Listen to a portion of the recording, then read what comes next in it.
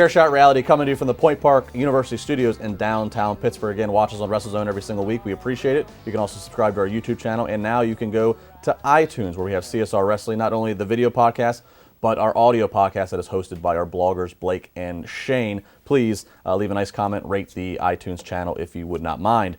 Guys, we're doing our social media Saturday segment here. We love getting the fans get to chime in using hashtag WZCSR. Excuse me. Unfortunately, this one an unfortunate topic to discuss. The news this past week that Bret Hart, the excellence of execution, the Hitman, diagnosed with prostate cancer, and so we thought it'd be a nice segment here to just reflect on all the positive and all the good memories with Bret Hart in his career. Favorite match, favorite moment. Josh, you're donning the pink and black attack. I am, yes, absolutely. We'll start with you. So when I look at Bret Hart's matches, there's so many. SummerSlam against the Bulldog, Shawn Michaels Iron Man match, obviously the controversy at Survivor Series with Shawn Michaels. The moment that for some reason that always stuck out to me, maybe because that was one of only his greatest moments in WCW, and there wasn't many there, was the night of March 29th, 1999.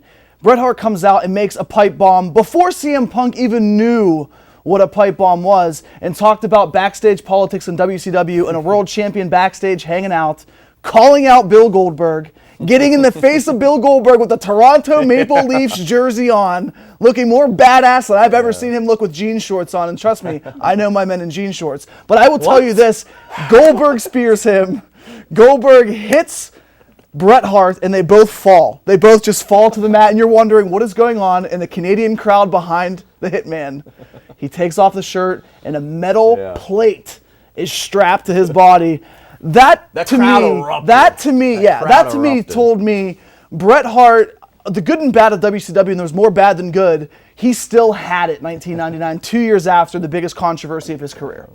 And it's funny you mentioned WCW because I'm the WCW guy, and yes, I'm mentioning WCW. So a guy who established himself in WWE, WCW, 2 matches against one man, Chris Benoit. The Owen Hart tribute match, and then a WCW Mayhem when they wrestled for the World Heavyweight Championship. Those were 2 matches where you don't understand how good they were. What that could have been as a rivalry in the WWE had they made themselves. Could they be on that stage as opposed to WCW stage? Because they were very much, imagine if WCW, what I'm trying to say is, had those 2 guys from 93 to 2000. Maybe they'd still be in business. That's what WCW should have been about, not 57 members of the NWO and terrible politics backstage. Yeah. For matches, this is hard because, as you said, Josh, there's so many matches to go through. I always love the Iron Man match, but it's a little long. A match that I love just to sit and watch, if I had like just a quick break from doing whatever, just art, the art at the highest form. 1994, WrestleMania 10, him and Owen, probably the greatest opening match to a WrestleMania. Fantastic. If you ever want to show somebody, if somebody doesn't understand when you talk about, ring psychology and telling a story, if they don't get that, if all they see is 2 guys in a ring with a predetermined finish, show them that match. And it was great. It had a fantastic story. Obviously, it was Owen Hart coming out, and Owen, who was supposed to be nothing more than a guy low on the totem pole that was Bret's brother, rising to the main event, rising to the occasion. I love that match. It's just absolutely one of my favorites. Moment-wise, selfishly, on a moment that I was able to interview Bret once, which was very cool. We sat across me the whole time with the aviators on. But I had the fortunate, I think you were there, I had the fortunate experience. A couple years ago, we did our Night of Superstars show for IWC, a couple hours north of Pittsburgh, about 1,500 people there. And I was managing RJ City, and RJ was going up against British Bulldog Jr., Harry Smith, and Bret was going to be in his corner. So I was, Bret was my counterpart in this whole equation, and we're cutting the promo in the ring, and then that Bret Hart, that signature electric guitar. Can you say that again? You're a little off. That's okay. You know what I mean. That when that noise hit, and that I finally knew what it meant to feel when people talk about those moments, like when the crowd, and you just can feel it was just amazing. And then him walking out, it was a little kid moment. What a career that he's had, and looking at like WrestleMania 26, obviously that was not the best, but it was nice to see him come back to WWE. It's nice that he mended those bridges, especially at a time like now where something really serious is happening, and he's able to mend those bridges that he maybe once burned. Well, we look forward to continue going more on social media and reading your thoughts and your memories of Bret Hart. But now we leave it and give it just to Mr. Brian Gulish for some final thoughts. Thanks, Justin. Each week you see me here on Chairshot Reality talking about all topics professional wrestling. Some of you may like my views and others not so much, and that's okay because at the end of the day, CSR is meant to be a fun, informative, and entertaining news outlet for all topics WWE and more. This past Monday, what I do here as a fun second job crossed paths with what I do in my main line of employment when Bret Hart announced he was diagnosed with prostate cancer. When you don't see me on CSR, I'm a communications manager for the American Cancer Society. My job entails everything from writing press releases to appearing as a spokesperson promoting our mission, research work, education, awareness, and so much more. While the news of Hart's diagnosis spread like wildfire, most are still unaware of what prostate cancer is. Other than skin cancer, prostate cancer is the most common cancer in American and Canadian men, and it's the most common cancer out of all cancers in the UK. Approximately 220,000 new cases of prostate cancer were diagnosed in the United States last year.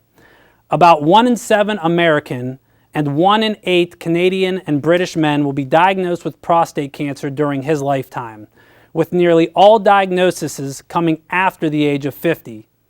Keep in mind, 63% of the WWE fan base are male viewers, with the average fan being more than 41 years old. Prostate cancer can be a serious disease, but most men diagnosed with prostate cancer do not die from it. In fact, more than 2.9 million men just in the United States have been diagnosed with prostate cancer and some point in their life are alive today. The 5-year survival rate is nearly 99% if caught early. Robert De Niro, Colin Powell, Joe Torre, Warren Buffett, and Arnold Palmer are all alive today. They are all also prostate cancer survivors.